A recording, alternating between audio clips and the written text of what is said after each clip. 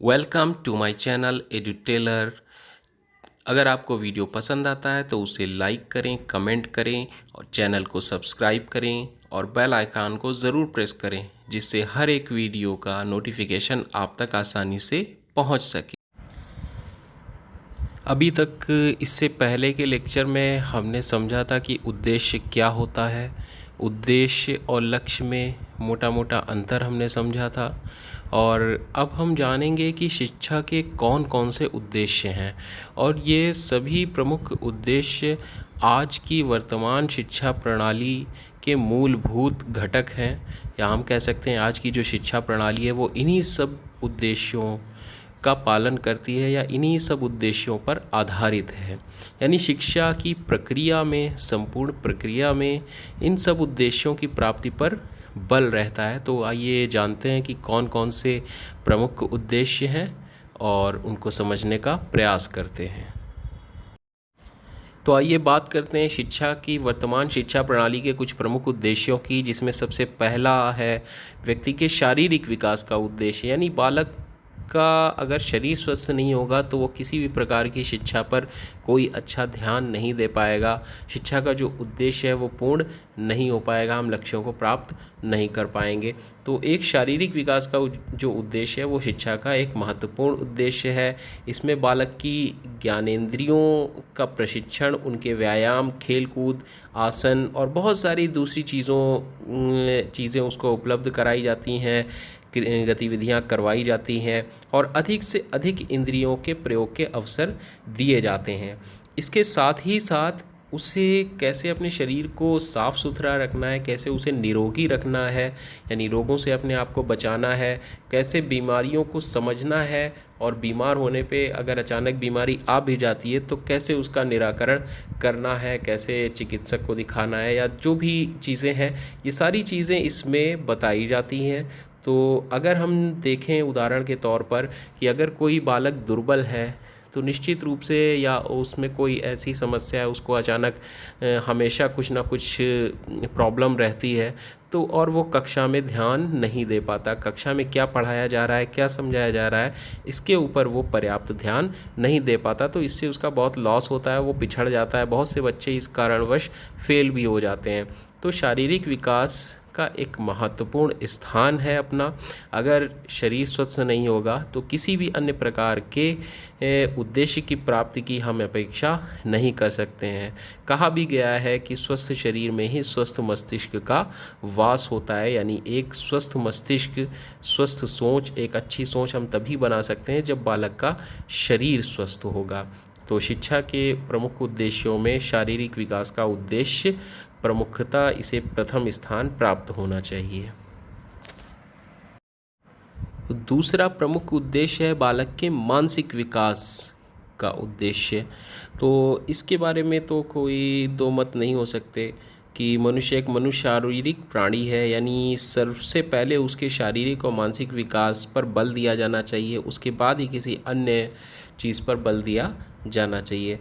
अगर बालक का मानसिक विकास नहीं होगा तो ना तो बालक हम इस भौतिक जगत को समझ सकेगा और ना ही आध्यात्मिक जगत को। हम देखें तो दर्शन में मुख्यतः दो ही बातें की जाती हैं, एक ऐसी सोच, एक ऐसा व्यू, एक ऐसा दर्शन जो इस संसार को सत्य मानता है और परमात्मा को नहीं मानता, और दूसरा एक व्यू, दूसरा दर्शन जो मुख्यतः संसार को क्षणभंगुर मानता है, नाशवान मानता है, और आध्यात्मिक जगत, परमात्मिक लोक को सत्य मानता है।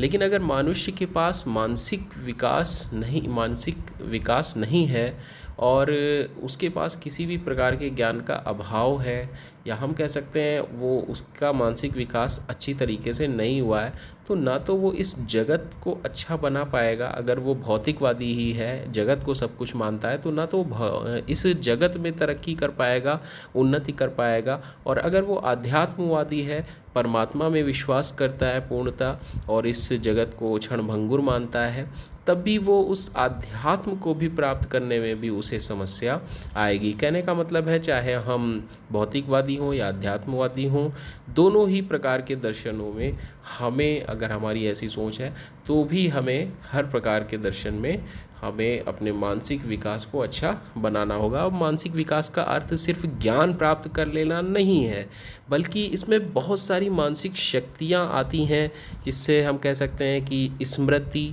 निरीक्षण, कल्पना, तर्क, चिंतन मनन, सामान्यीकरण, निर्णय करना, तर्क करना, ये बहुत सारी क्षमताएं हैं मानसिक विकास से संबंधित, जिसमें मानसिक विकास का उद्देश्य ही होता है कि इन सारी क्षमताओं का, जो कि मनुष्य के मस्तिष्क की क्षमताएं हैं, इन सब का विकास करना। सिर्फ याद कर लेना, ज़्यादा से ज़्यादा ज्ञान अर्जित कर लेना, स्टोर कर लेना, ये उद्देश्य नहीं है, बल्कि उद्देश्य है कि हम बालक की इन सारी शक्तियों का विकास कर सकें। जब इन सारी शक्तियों का, इन मानसिक शक्तियों का विकास होगा, स्मृति, निरीक्षण, कल्पना, तर्क करना, चिंतन मनन, ये सारी चीज़ें हैं, इन सब का जब अच्छी तरीके से विकास किया जाएगा, उसे सत्य असत्य में भेद करना, ये सारी चीज़ों का ज्ञान होगा, तो निश्चित रूप से उसके अंदर एक आशा आएगी, एक आत्मविश्वास प्रकट होगा, और वो अपने आप का जो भी उसका सेल्फ है, वो स्व है, उसको वो ज़्यादा से ज़्यादा अभिव्यक्त कर पाएगा। तो इस प्रकार से अगर हम देखें तो बालक के अंदर भाषा का भी विकास मानसिक विकास पर ही निर्भर करता है। अगर उसका मानसिक विकास अच्छा नहीं है तो निश्चित रूप से उसे इन सारी चीज़ों को, विभिन्न भाषाओं को सीखने में समस्या आएगी। तो मानसिक विकास के उद्देश्य के साथ साथ हम बालक को ऐसी प्रवीणता प्रदान कराने का प्रयास करते हैं कि बालक अपने आप को अच्छी तरीके से अभिव्यक्ति के स्वतंत्र अवसर प्रदान कर सके और अपने आप को इस जगत के सामने अच्छे प्रकार से ला सके, यानी अपनी क्षमताओं का अच्छी प्रकार से प्रयोग कर सके। तो ये मानसिक विकास का एक प्रमुख उद्देश्य है, मानसिक विकास शिक्षा का एक प्रमुख उद्देश्य है, और इसमें ये सारे प्रयास किए जाते हैं कि मनुष्य की मस्तिष्क की क्षमताओं को कैसे उच्च स्तर तक विकसित कराया जाए। शिक्षा का तीसरा सबसे महत्वपूर्ण उद्देश्य है सामाजिक विकास का उद्देश्य। हम प्रारंभ से सुनते चले आए हैं, पढ़ते चले आए हैं कि मनुष्य एक सामाजिक प्राणी है, यानी वो समाज में ही रहता है और समाज के लोगों से प्रभावित होता रहता है, अन्य लोगों को प्रभावित करता रहता है। इसके अलावा सामाजिक प्राणी से अर्थ है कि मनुष्य जो सामाजिक प्रत्याशाएं या सामाजिक मान मर्यादाएं हैं, नियम हैं, उनके अनुसार अनुकूल व्यवहार करता है। तो अगर बच्चा या कोई भी व्यक्ति, कोई भी मनुष्य समाज की जो भी भाषा है, रहन सहन की विधि है, रीति रिवाज हैं, आचार विचार हैं, उनके साथ समायोजित होते हुए उनके अनुकूल व्यवहार करता है, जो भी सामाजिक रूप से मान्य है उसके अनुसार व्यवहार करता है, तो हम उसे सामाजिक कहते हैं और हम समझते हैं कि इसका सामाजिक विकास अच्छा हुआ है। इसके साथ साथ जो अच्छी चीज़ें हैं, अच्छाई बुराई में भेद करना, ये सारी चीज़ें हैं। और सिर्फ ऐसा नहीं है कि प्रेम करना ही अच्छा सामाजिक विकास का परिचायक है, बल्कि घृणा, द्वेष, ये भी चीज़ें हैं। हमें कुछ चीज़ों से समाज में रह कर के प्रेम करना पड़ता है, हमें प्रेम होता है, हमें उसके प्रति सद्भावना होती है, सहानुभूति होती है। तो कुछ ऐसी भी चीज़ें होती हैं जिनके प्रति हमें क्रोध आता है, क्रोध होना चाहिए, घृणा होनी चाहिए, द्वेष होना चाहिए। तो ये कहने का मतलब है ये निगेटिव, नकारात्मक सामाजिक विकास के घटक नहीं हैं, बल्कि ये भी पॉजिटिव हैं। तो प्रेम, सहानुभूति, परोपकार और ये सारी अच्छाइयों के साथ साथ दूसरी जो चीज़ें हैं जिनको हम नेगेटिव समझते हैं, उनका भी अच्छी समझ बच्चे को होनी चाहिए। और विद्यालय इसके लिए बहुत ही उपयुक्त है। विद्यालय एक लघु समाज है। जॉन डीवी ने भी कहा है कि विद्यालय में विभिन्न स्तर से, विभिन्न वर्गों से बच्चे आते हैं और वो एक लघु समाज निर्मित करता है। तो वहाँ पे बच्चा दूसरे बच्चों को देखता है, समझता है, उनके साथ रहता है, उनके साथ अपनी चीज़ें शेयर करता है, उनके साथ खेलता है, बहुत सारी चीज़ें गतिविधि करता है, जिस प्रकार से एक मनुष्य समाज में करता है। तो हम कह सकते हैं कि विद्यालय में तो बच्चे का सामाजिक विकास बहुत ही अच्छे से हो सकता है, और प्रयास करना चाहिए कि वो समाज की जो भी इस समाज सम्मत यानी समाज से मान्यता प्राप्त जो भी भाषा है, रहन सहन की विधि है, रीति रिवाज है, आचार विचार हैं, ऐसी चीज़ें सिखाकर अच्छाई बुराई के प्रति संवेदनशील बनाया जाए उसे, समाज को की बुराइयों से उसे दूर करने और नई नई अच्छाइयों और नेतृत्व शक्ति का विकास करने, ये सारी चीज़ें को ध्यान में रख करके ही हम उसका सामाजिक विकास अच्छे से कर सकते हैं, और विद्यालय इसके लिए सर्वाधिक उपयुक्त है। यहाँ पे हम नई नई गतिविधियाँ आयोजित कराकर सामूहिक कार्य की गतिविधियाँ कराई जाती हैं, बहुत सारे कार्यक्रम होते हैं विद्यालय में, जिससे बालक में सामाजिक विकास अच्छे से विकसित हो सकता है। तो हम देखते हैं कि बालक अगर समाज सम्मत व्यवहार कर रहा है, दूसरों से अच्छे से बोल रहा है, समाज में अच्छे से रह रहा है, जो भी सामाजिक नियम मान मर्यादाएं हैं, आचार विचार हैं, रीति रिवाज हैं, परंपराएं हैं, उनका पालन कर रहा है, तो निश्चित रूप से उसका सामाजिक विकास अच्छा माना जाएगा। वहीं पे अगर बालक विद्वान है, वो बहुत ज्ञानी है, वो अपने विषय का महारथी है, वो अच्छा स्वास्थ्य, शारीरिक स्वास्थ्य भी उसका अच्छा है, लेकिन अगर वो समाज से अच्छा व्यवहार, समाज में अच्छा व्यवहार नहीं कर रहा है, दूसरों से अच्छे से बातचीत नहीं करता है, दूसरों से लड़ाई झगड़ा करता है, या कुछ भी ऐसा उसकी एक्टिविटी है जो कि समाज सम्मत नहीं कही जा सकती है, समाज के हित में नहीं कही जा सकती है, कोई भी ऐसी गतिविधि हो सकती है, तो निश्चित रूप से उसका शारीरिक और मानसिक दोनों, चाहे जितने अच्छे स्तर का विकास हुआ हो, वो व्यर्थ चला जाएगा, वो समाज के किसी भी काम नहीं आएगा। हम निश्चित रूप से मानते हैं कि बहुत से ऐसे अपराधी, बहुत से ऐसे लोग होते हैं जो कि समाज सम्मत व्यवहार नहीं करते हैं, भले ही वो चाहे जितने विद्वान होते हों, चाहे जितने ज्ञानी हों, चाहे जितने अच्छी बौद्धिक उनकी क्षमताएं हों, लेकिन वो व्यर्थ चली जाती हैं, एक तरह से समाज के हित में नहीं आती हैं। तो हम कह सकते हैं कि सामाजिक विकास अगर बालक का नहीं हुआ है, तो निश्चित रूप से उसका शारीरिक और मानसिक विकास भी व्यर्थ सा प्रतीत होता है। तो इसलिए सामाजिक विकास बहुत ही महत्वपूर्ण है, और इसे शिक्षा के उद्देश्यों में प्रमुख स्थान के रूप में प्रमुख स्थान प्राप्त होना चाहिए। तो अगला महत्वपूर्ण उद्देश्य है नैतिक व चारित्रिक विकास। तो हम देखते हैं कि प्रत्येक समाज के अपने आचार विचार व्यवहार संबंधी कुछ सिद्धांत और नियम होते हैं प्रत्येक समाज के, और इन नियमों का पालन करना नैतिकता कहलाता है। इन नियमों का पालन करना यानी समाज संबंधी या समाज सम्मत कुछ सिद्धांत नियम व्यवहार का पालन करना नैतिकता कहलाता है, और इन नियमों को पालन करने की जो आंतरिक शक्ति है वो हमारा चरित्र कहलाता है। यानी हम बहुत से कारणों से, हो सकता है हम समाज सम्मत व्यवहार करते हों, बाध्य हों ऐसा करने को, भले ही हमारा अंदर से मन ना हो, तो ये तो कहा जाएगा कि हम नैतिक तो हैं, किंतु चरित्र वो संदिग्ध रहेगा।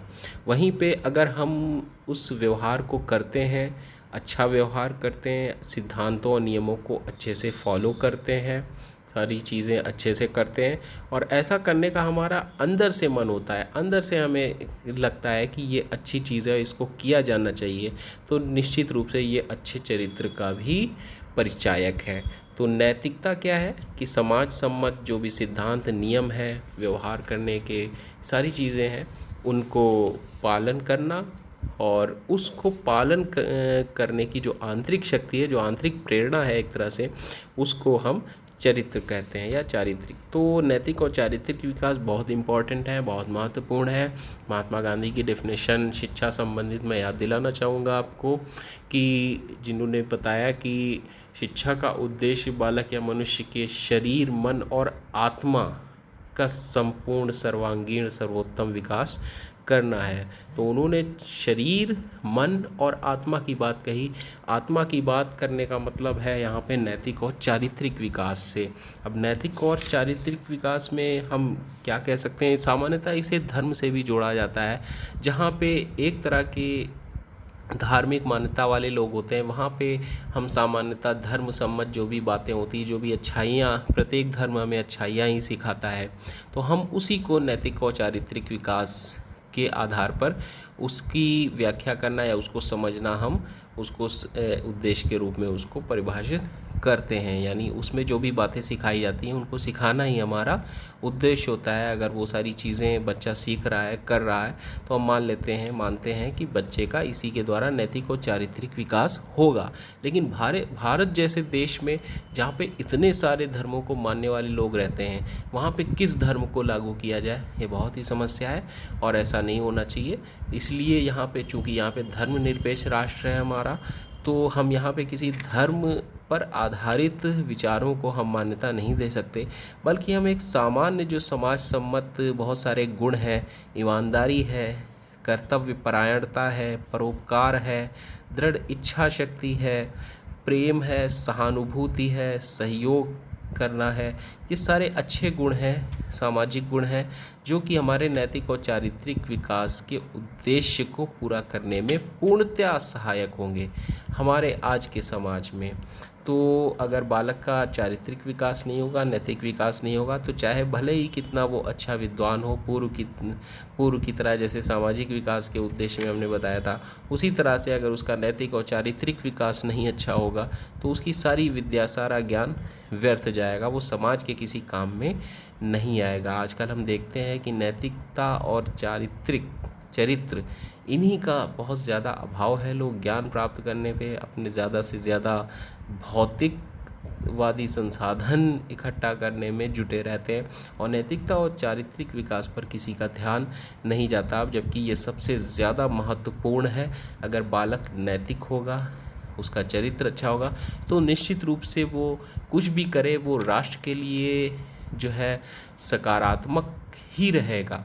वो कोई भी नेगेटिविटी लेकर नहीं आएगा, वो कोई भी ऐसा कार्य नहीं करेगा जिससे समाज को, राष्ट्र का अहित हो, समाज का अहित हो, किसी अन्य का अहित हो। तो नैतिक और चारित्रिक विकास बहुत ही महत्वपूर्ण उद्देश्य है। संस्कृति मनुष्य जाति की सबसे बड़ी विशेषता है। संसार के अलग अलग क्षेत्रों में रहने वाले मनुष्यों ने अपने रहन सहन की, खान पान की, आचार विचार व्यवहार की बहुत सारी विधियां विकसित की हैं। भाषा, साहित्य, धर्म और दर्शन का विकास किया है। इन्हीं सबको सम्मिलित रूप से, सामूहिक रूप से हम संस्कृति कहते हैं। यानी मनुष्य के रहन सहन की, खान पान की, भाषा, साहित्य, धर्म, दर्शन, परंपराएं, जितनी भी जो भी चीज़ें वो आचार विचार व्यवहार की हैं, वो सभी कुछ संस्कृति में सम्मिलित होती हैं। तो संस्कृति का विकास और संवर्धन, यानी सांस्कृतिक जो भी चीज़ें हैं उनको संरक्षित करना, यानी जो भी हमें, और ये सारी परंपराएं, ये रहने सहने की विधियां, हम देखते हैं कि बहुत सारी चीज़ें हम अपने घर पे ही अपने बड़े लोगों को देखते हुए सीखते चले जाते हैं। पहनना, ओढ़ना, बातचीत करना, रहना सहना, खाने पीने का तरीका, ये सारी चीज़ें हम सीखते चले जाते हैं या हमें सिखाई जाती हैं। यानी हमसे बड़े जो हैं वो हमें सिखाते चले जाते हैं और हम उनसे सीखते चले जाते हैं और फिर आगे आने वाली पीढ़ी को हम वही चीज़ें हम सिखाते हैं। तो हम देखते हैं कि एक तरह से संस्कृति का संरक्षण हो रहा है। यानी संस्कृति, जो भी आचार विचार व्यवहार परंपराएं हैं, रहन सहन की विधियां हैं, खान पान के तरीके, ये सारी चीज़ें पहली पीढ़ी से हमारे पास आती हैं और हम उसे अगली पीढ़ी को ट्रांसफ़र कर देते हैं, हस्तांतरित कर देते हैं। तो इसे हम संस्कृति का संरक्षण कहते हैं कि जो भी चीज़ें हैं, जो भी विधियां हैं, तरीके, तौर तरीके हैं, वो एक पीढ़ी से दूसरी पीढ़ी में हस्तांतरित होते हैं।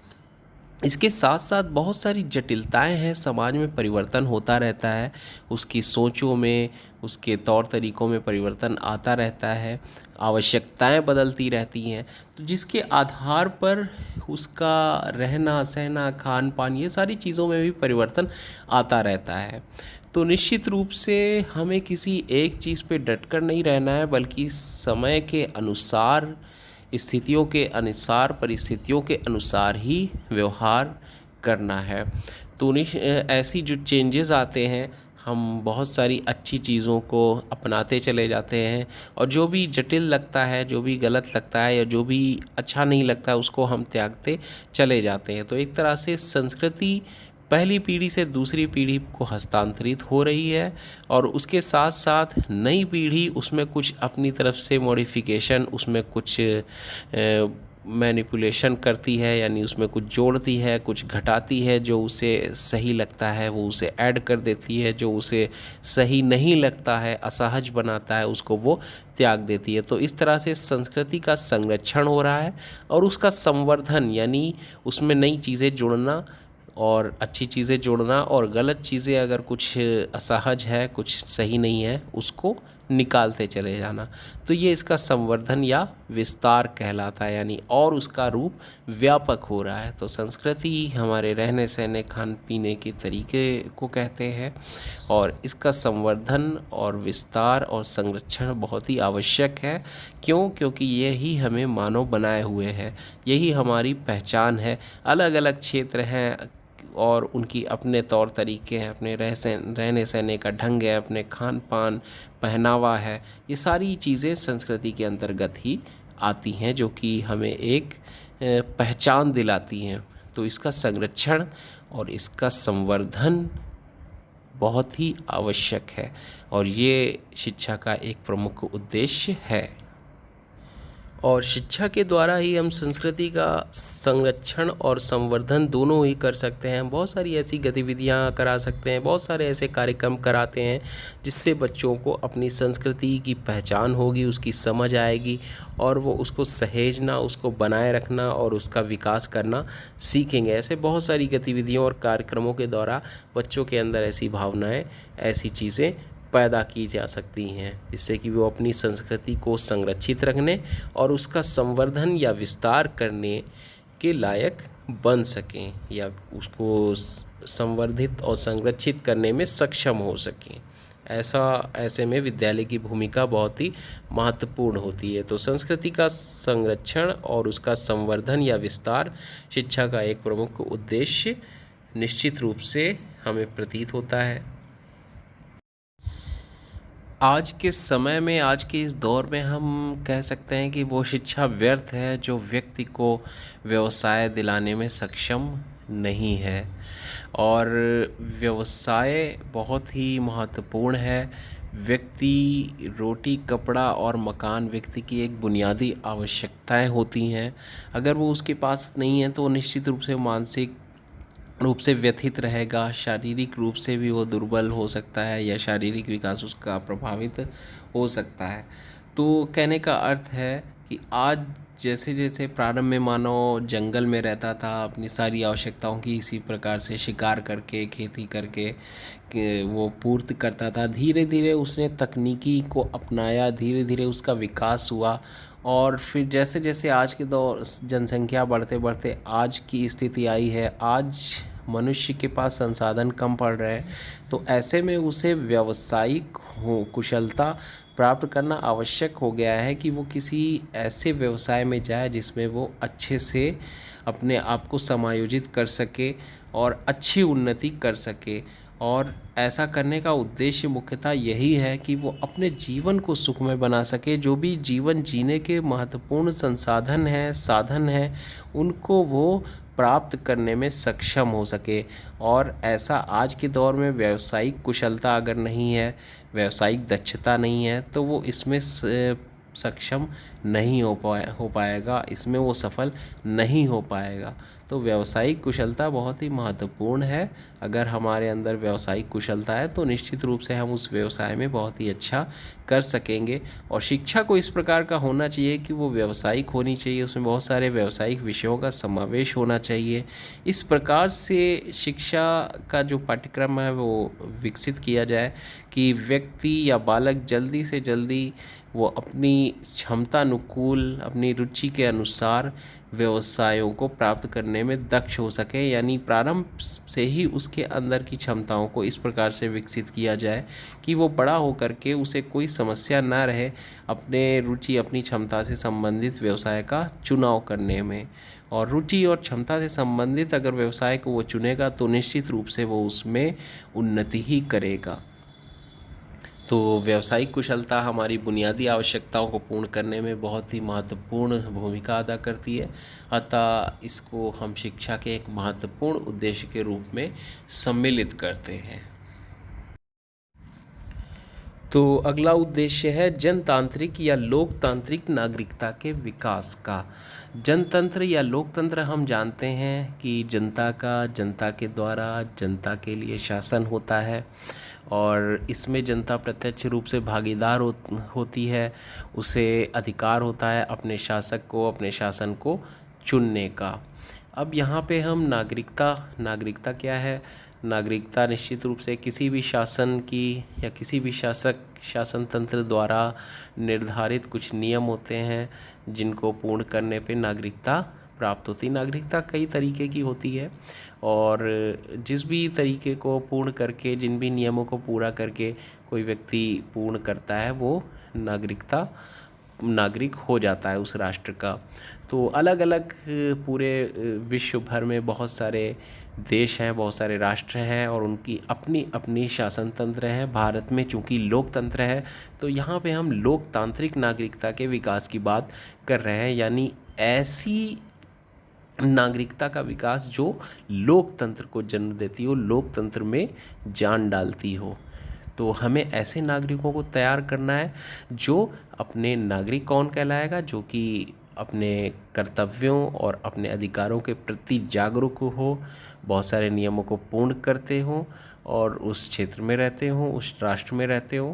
और ऐसे नागरिकों का हमें विकास करना है, ऐसी नागरिकता का विकास करना है जो लोकतांत्रिक हो, यानी जो भी लोकतंत्र के मूल सिद्धांत हैं उनको समझने वाली हो, उनको विकसित करने वाली हो।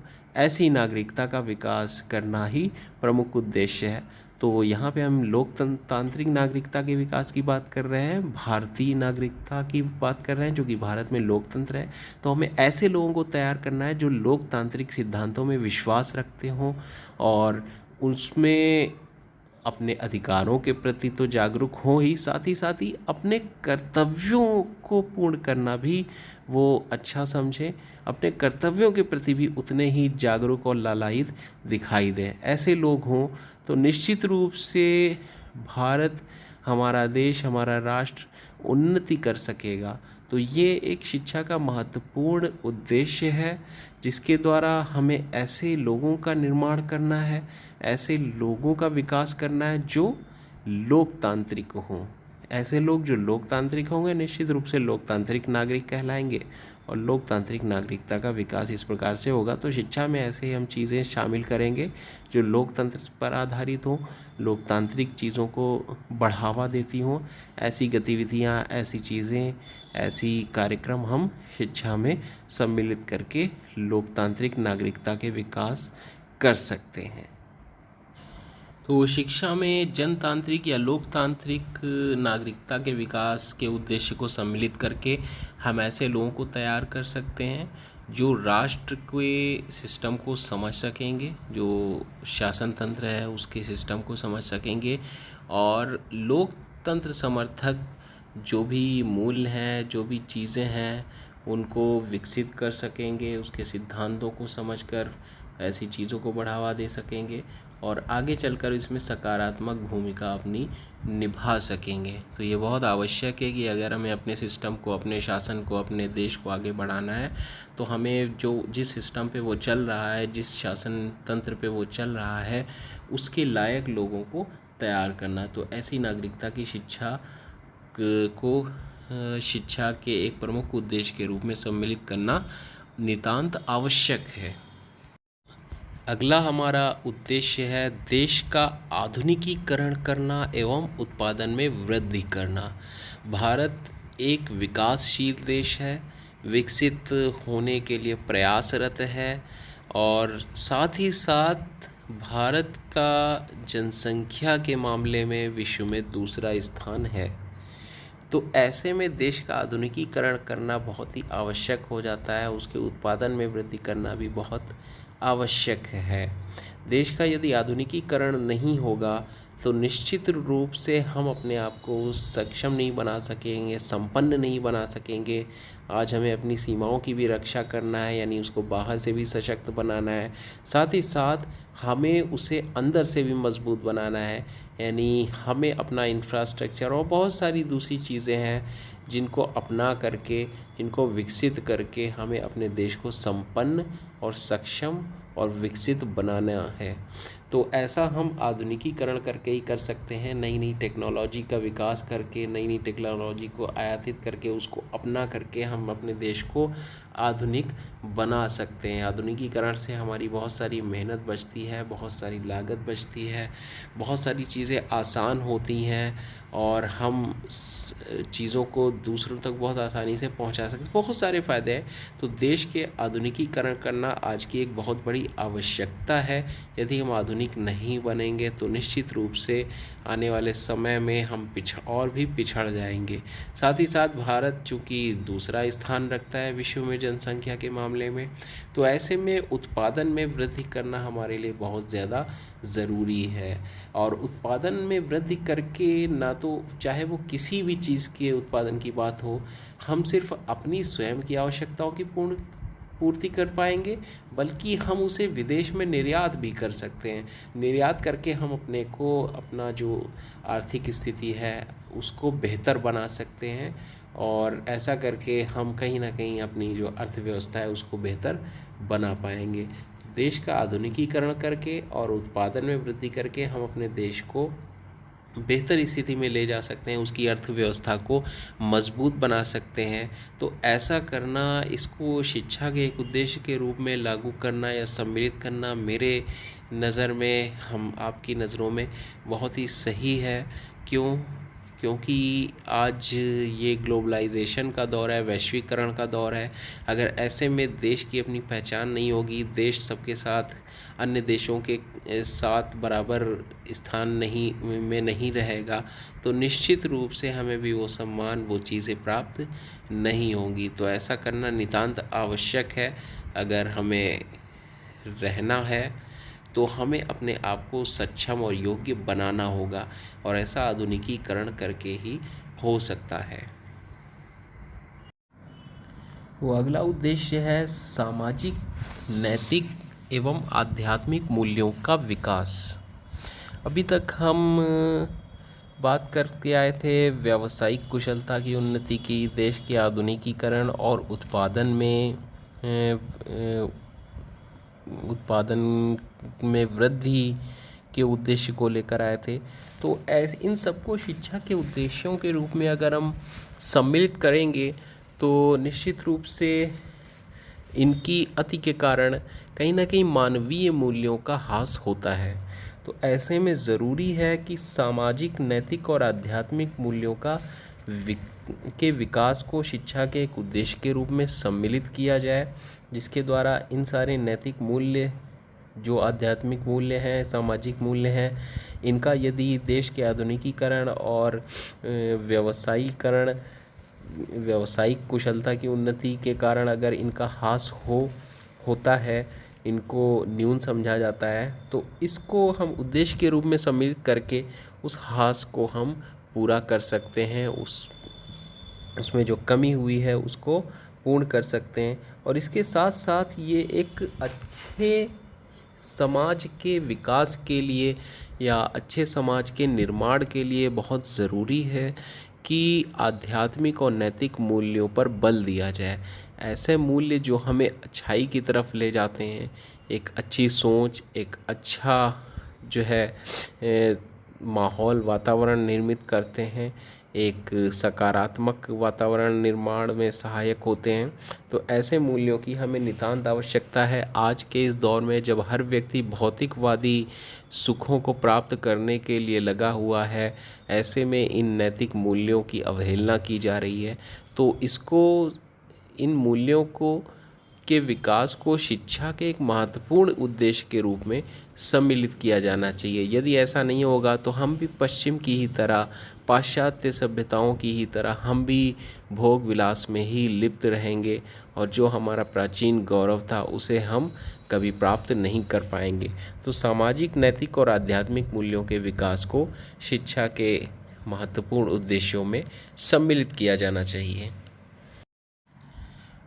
भारत एक धर्मनिरपेक्ष राज्य है और यहाँ पर कोई राष्ट्र का कोई धर्म नहीं है, बल्कि यहाँ पे सभी धर्मों को समान अधिकार, समान स्थान प्राप्त है।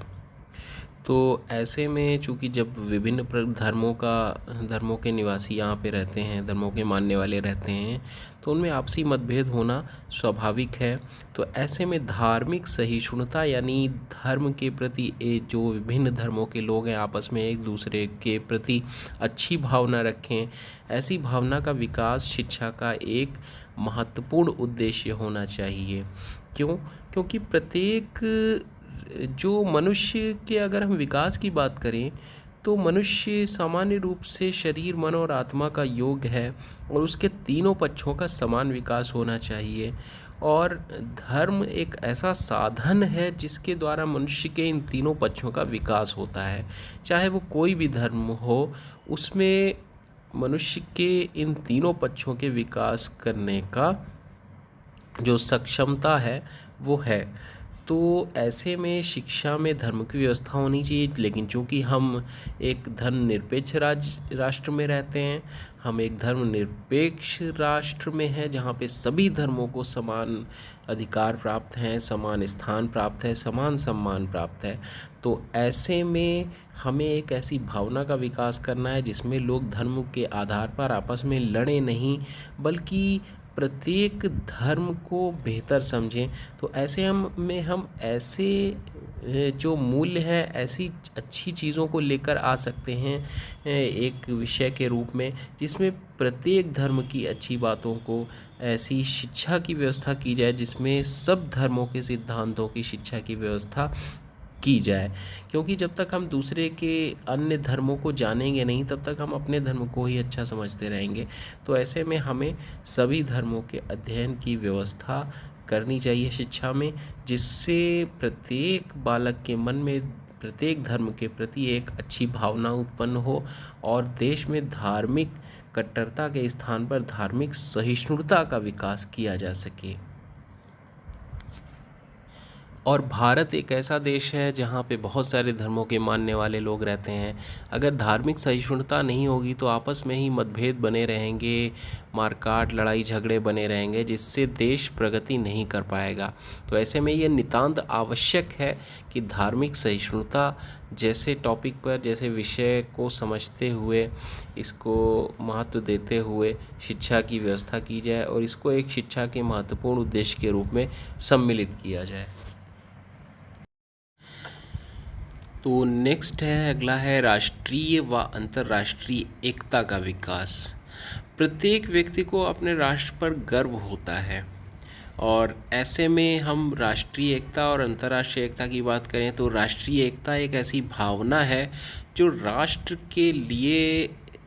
के हित के लिए हमारे अंदर, उसके निवासियों में ऐसी भावना का विकास होता है जिसके आधार पर वे अपने व्यक्तिगत हित त्याग देते हैं और राष्ट्र हित के लिए एक साथ खड़े हो जाते हैं।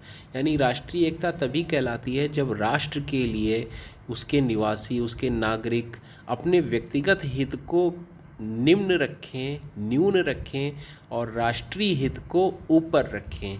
तो ऐसे में सभी जब इस तरह की भावना के साथ रहते हैं तो निश्चित रूप से वो राष्ट्र राष्ट्रीय एकता के बंधन में बंधा रहता है। यानी सभी राष्ट्र के लोग एक जैसा महसूस करते हैं और उसमें राष्ट्रीय एकता की भावना का विकास होता है। इसी प्रकार से अंतर्राष्ट्रीय एकता की भावना है, क्योंकि राष्ट्रीय एकता अपने राष्ट्र को बेहतर समझती है, उसके निवासियों में ऐसे गौरव की अनुभूति कराती है जिससे वो अपने राष्ट्र के प्रति गर्व करते हैं और उसके लिए अपने व्यक्तिगत हितों का भी त्याग कर देते हैं। तो एक तरह से ये राष्ट्रीय एकता उसके निवासियों में गर्व की अनुभूति कराती, उनको एक सूत्र में बांधे रखती है। और अंतर्राष्ट्रीय एकता इसी प्रकार से एक बड़ा स्तर है जहाँ पे जो भावना राष्ट्रीय स्तर पर होती है वही अंतर्राष्ट्रीय स्तर पर कार्य करती है। वहाँ पे सभी राष्ट्र के निवासी, सभी राष्ट्र अपने आप को एक परिवार के रूप में मानते हैं और वहाँ पे वे सभी आपस में एक दूसरे के साथ मेल जोल पूर्वक, एक दूसरे के साथ प्रतिभाग करते हुए, एक दूसरे के साथ सहभाग करते हुए रहते हैं। आज ये अंतर्राष्ट्रीयता का दौर है, वैश्वीकरण का दौर है। कोई भी राष्ट्र अकेले नहीं रह सकता। हम आयात करते हैं तो हम निर्यात भी करते हैं, हम खरीदते हैं तो हम बेचते भी हैं। हम बहुत सारी ऐसी चीज़ें हैं जो यहाँ पे नहीं पाई जाती हैं, हम विदेश से आयातित कराते हैं। बहुत सी ऐसी विदेशों में चीज़ें हैं जो वहाँ नहीं होती, वहाँ पे हम उन्हें भेजते हैं। तो एक प्रकार से एक वैश्विक व्यापार है और ये प्रत्येक राष्ट्र के लिए आवश्यक है। तो ऐसे में अंतर्राष्ट्रीय एकता का भी विकसित होना बहुत ज़रूरी है। हम सिर्फ राष्ट्रीय एकता के भरोसे नहीं रह सकते कि हम अपने आप को ही सर्वसम्मुख सर्वसुलभ समझते रहें, ऐसा नहीं है। हमें अपनी गौरव की तो रक्षा करनी ही करनी है, हमें दूसरे को भी दूसरे को भी महत्वपूर्ण स्थान देना है, उसके भी गौरव जो है उसका आदर करना है, उसको भी सम्मान देना है। अपने ऊपर गर्व करना, आत्मविश्वास होना अच्छी चीज़ है, लेकिन दूसरे को हीन समझना ये अच्छी चीज़ नहीं है। तो हमें अपना तो सम्मान, अपने को सम्मान देना ही देना है, उसके साथ साथ अन्य को भी सम्मान देना है, उसको भी आदर देना है, उसके साथ भी सहयोग करना है। यही राष्ट्रीय व अंतर्राष्ट्रीय एकता की भावना कहलाती है और इसका विकास करना नितांत आवश्यक है। चूँकि वैश्वीकरण का दौर है, कोई भी राष्ट्र अकेला जीवित नहीं रह सकता, उसे दूसरों के साथ सहयोग करना ही पड़ता है अगर उसे जीवित रहना है एक तरह से। तो कुल मिलाकर ऐसी भावना का विकास आज की शिक्षा की, जहाँ पे मीडिया ने, जहाँ पे विभिन्न संसाधनों ने दूरी को घटा दिया है, बिल्कुल न्यून कर दिया है, ऐसे में अंतर्राष्ट्रीय एकता और राष्ट्रीय एकता का विकास होना बहुत ज़रूरी है और ये इसको शिक्षा के एक महत्वपूर्ण उद्देश्य के रूप में सम्मिलित किया जाना चाहिए। तो अगला उद्देश्य है जनसंख्या शिक्षा व पर्यावरण शिक्षा का अवबोध कराना। जनसंख्या शिक्षा क्या है? जनसंख्या शिक्षा वह शिक्षा है जिसके द्वारा बच्चों, युवकों और प्रौढ़ों को जनसंख्या वृद्धि के कारणों और दुष्परिणामों से परिचित कराकर उनमें जनसंख्या नियंत्रण और साथ ही उत्पादन में वृद्धि एवं प्राकृतिक संपदा के सीमित प्रयोग के प्रति अभिवृत्ति का विकास कर उन्हें जनसंख्या नियंत्रण के लिए तैयार किया जाता है। यानी एक ऐसी शिक्षा है जिसके द्वारा बच्चों और युवकों, प्रौढ़ों को जनसंख्या वृद्धि क्यों हो रही है, उसके कारण और उसके क्या दुष्परिणाम है, उसके क्या बुरे प्रभाव हैं हमारे ऊपर, उनसे परिचित कराया जाता है और किस प्रकार से जनसंख्या नियंत्रित की जाए और साथ ही साथ उन उत्पादन में वृद्धि और प्राकृतिक संपदा का सीमित प्रयोग। यानी इतनी तीव्र गति से जनसंख्या बढ़ रही है तो उसके क्या दुष्परिणाम है, पहले तो हमें उससे परिचित कराना है, उसके कारणों से परिचित कराना है और फिर जनसंख्या वृद्धि के कारण बहुत सारे संसाधनों का दोहन हो रहा है, बहुत सारी चीज़ों की कमी पड़ रही है, तो हमें प्राकृतिक संपदा जो कि सीमित है उसका सीमित प्रयोग के लिए उन्हें तैयार करना है। साथ ही साथ जो प्रोडक्शन, जो चीज़ों में कमी है उनका हमें प्रोडक्शन भी बढ़ाना है। तो ये एक ऐसी शिक्षा है जिसके द्वारा हमें अपने आसपास के माहौल के प्रति जागरूक किया जाता है कि जनसंख्या वृद्धि के क्या कारण हैं, उसके क्या बुरे परिणाम हैं, उनको कैसे हम जाने समझें और साथ ही साथ इस समस्या से निकलने के लिए कैसे उत्पादन में वृद्धि करें। जो भी इस प्राकृतिक संसाधन है, सीमित हैं, उनका हम कम से कम दोहन करें और अधिक से अधिक उत्पादन बढ़ाएं। इसी प्रकार करके ही हम अच्छे से रह सकते हैं, क्योंकि निरंतर संख्या बढ़ती जा रही है, आबादी बढ़ती जा रही है, संसाधन सीमित होते जा रहे हैं। तो ऐसे में जनसंख्या शिक्षा हमें इन सब चीज़ों के प्रति जागरूक करती है। ध्यान रहे, ये परिवार नियोजन नहीं है, जनसंख्या शिक्षा पहले आती है, उसके बाद परिवार नियोजन की प्रक्रिया अपनाई जाती है। तो ये एक महत्वपूर्ण उद्देश्य। अगला है पर्यावरण शिक्षा। पर्यावरण शिक्षा क्या है? पर्यावरण शिक्षा वह शिक्षा है जिसके द्वारा बच्चों, युवाओं और प्रौढ़ों को प्राकृतिक संसाधनों के दोहन और प्रकृति प्रदूषण के कारणों और उनके दुष्परिणामों से परिचित कराया जाता है, और साथ ही उन्हें प्राकृतिक संसाधनों के संरक्षण और प्रकृति प्रदूषण की रोकथाम की विधियां बताई जाती हैं। आज हमारी जनसंख्या इतनी बढ़ गई है, आज हमने इतनी ज़्यादा तरक्की कर ली, उद्योग धंधे इतने ज़्यादा लगा लिए हैं कि अपने आसपास के पर्यावरण को हमने दूषित कर दिया है, और हम संसाधन, जो प्राकृतिक संसाधन है, उनका अनियमित दोहन करते जा रहे हैं। बिल्कुल उनको समाप्त करने की कगार पर है, और हम उनका नियमित दोहन करते जा रहे हैं। जो भी प्राकृतिक संसाधन है, चाहे वो जल हो, चाहे वो पहाड़ हो, चाहे वो पेड़ हो, बहुत सारी चीज़ें हैं जो प्राकृतिक संसाधनों में आती हैं, इनका हमने बहुत ही निरंतर दोहन किया है, शोषण किया है, और जिसके कारण हमारा पर्यावरण प्रदूषित हो गया है और वो रहने योग्य अब नहीं रहा है। जो बड़े बड़े शहर हैं वहाँ पे सांस लेने को हवा तक ढंग से नहीं है।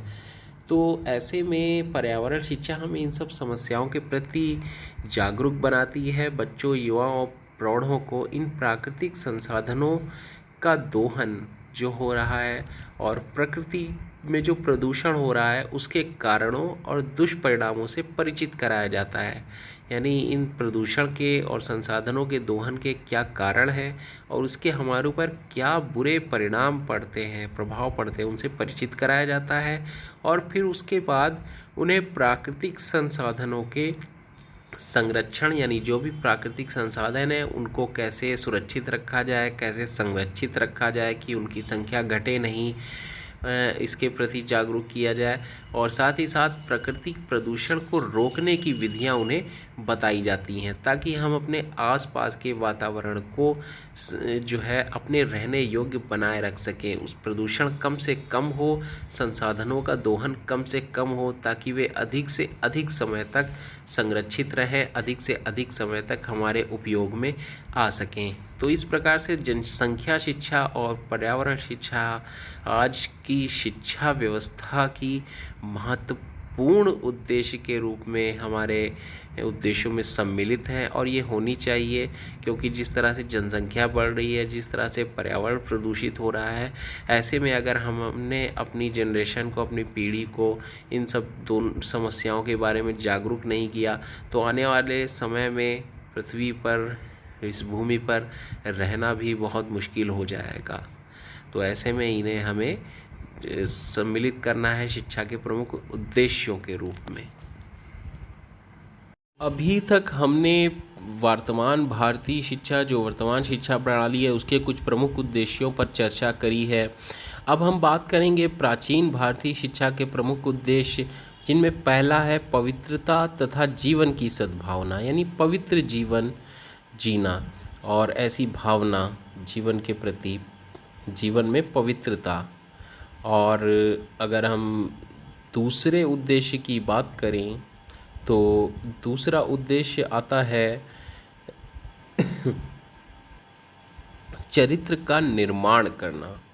चरित्र का निर्माण करना दूसरा उद्देश्य है। व्यक्तित्व का विकास करना इसका तीसरा उद्देश्य था प्राचीन भारतीय शिक्षा का। व्यक्तित्व एक वृहद दृष्टिकोण है, व्यापक दृष्टिकोण है। चौथा है नागरिक एवं सामाजिक कर्तव्यों का विकास करना, यानी नागरिकों के क्या कर्तव्य हैं और उनके सामाजिक कर्तव्य क्या हैं, ऐसे कर्तव्यों का विकास करना।